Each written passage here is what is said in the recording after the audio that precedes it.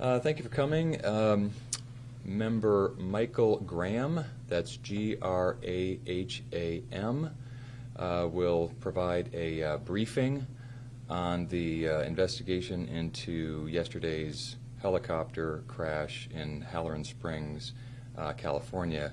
With him will be investigator in charge Aaron Aaron Sauer, Sauer. After Member Graham provides a statement, he'll take some questions.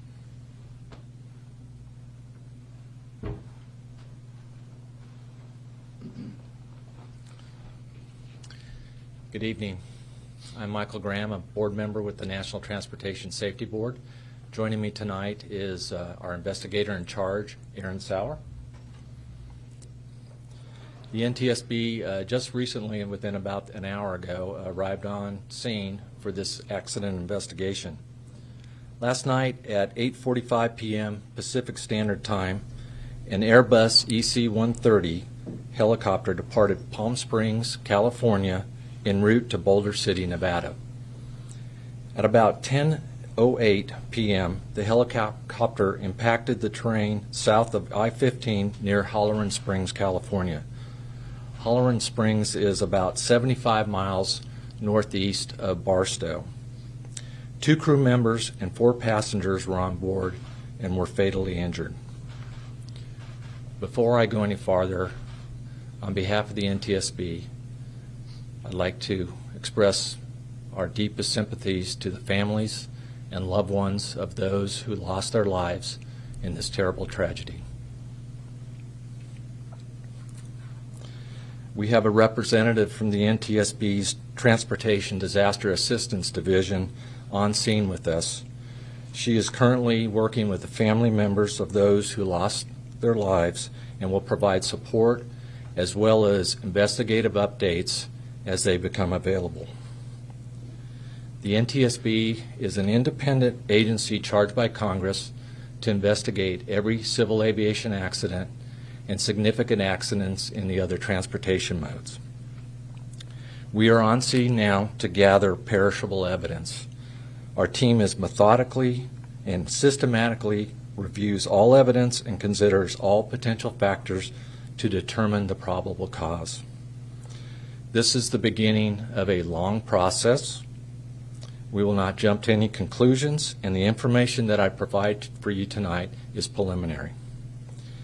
A preliminary report will be available in a couple weeks, and however, a full NTSB investigative report and investigation will last 12 to 24 months before a final report is published.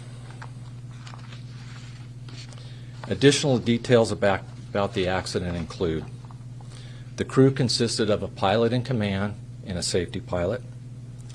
The accident flight was operated by Orbic Air LLC as a Part 135 charter flight. Witness reports of the weather conditions at the time of the accident suggest rain and a wintry mix. The helicopter was not equipped with a cockpit voice recorder or a flight data recorder. This helicopter was not required to be equipped with those type of recording devices. We are aware of media reports of some downed power lines near the accident site. We will be looking into this report during our on-scene investigative phase of this investigation. The NTSB investigator in charge, as I said, is Aaron Sauer. He will be joined by Mark Ward as the deputy investigator in charge. Several other NTS investigators are on scene and will be examining the following areas: airworthiness, to include maintenance and structures of the helicopter, operations, meteorology, and air traffic control.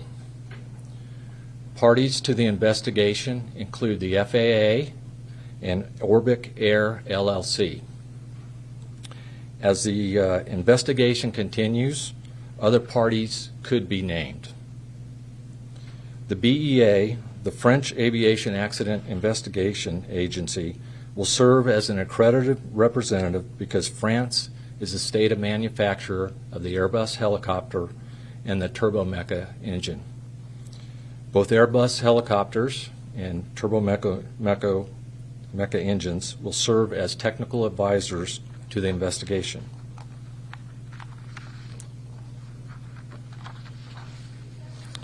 Planned activities for tomorrow will include traveling to the accident site to conduct the initial on-scene documentation, and documentation will also include aerial mapping of the wreckage with a drone and site measurements.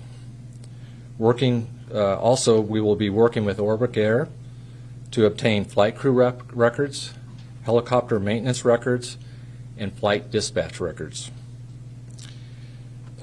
We are aware that there were several 911 calls last night to report the crash from Interstate 15, and we'd like to ask any of those people that had witnessed that if they would reach out to us with any further information they may have, such as photos or anything of that sort, and we can be reached through witness@ntsb.gov. Again, that's witness@ntsb.gov. We will provide updates as they become available. You can follow the NTSB on X, or formerly known as Twitter, at ntsb.gov. One final comment. I'd like to thank the first responders who first responded to the accident scene, and the ongoing coordination of the San Bernardino County Sheriff's Department. We really appreciate all their work they're doing.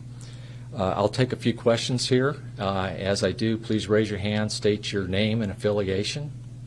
Please go ahead. Sean, Inland News. Was there a fire involved when the aircraft crashed after it hit the ground? The question is, was there a fire involved when the air crash hit the ground? As far as we know, from what was reported from witnesses, that there was fire when the aircraft did contact the terrain. The rental company, or was this a charter flight coming from Las Vegas, this Orbit Air, that these passengers rented this aircraft? Yeah, the question is, did these passengers rent the aircraft from a charter company? Yes, they did. The charter company actually I guess they have an address out of Camarillo, California, but I think they base out of Burbank. We're looking into that for sure. They will be arriving to help us out as a party member. The flight was actually from Palm Springs, California to Boulder City, Nevada. The weather conditions. You said there was a mix of rain and snow. Can you talk more about the weather conditions in the area at the time the helicopter was flying through that area?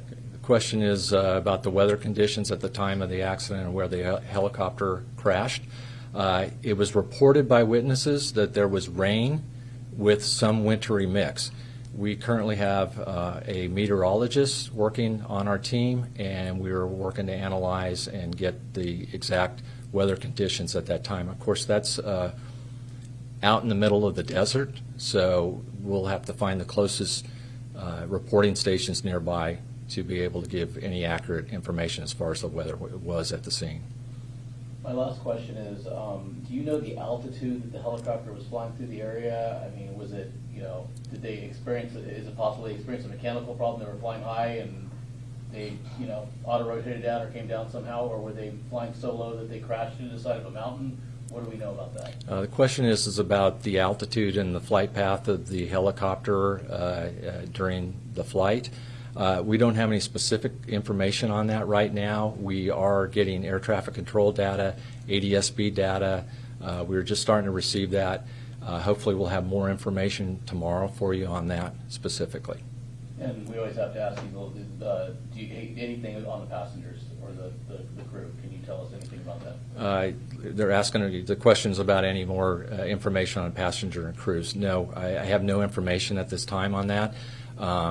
Any names, things like that, will be released through the coroner's office, and if we have any updates on that, we'll let you know, but normally that goes through the coroner's office. Okay. All right. I want to thank you very much.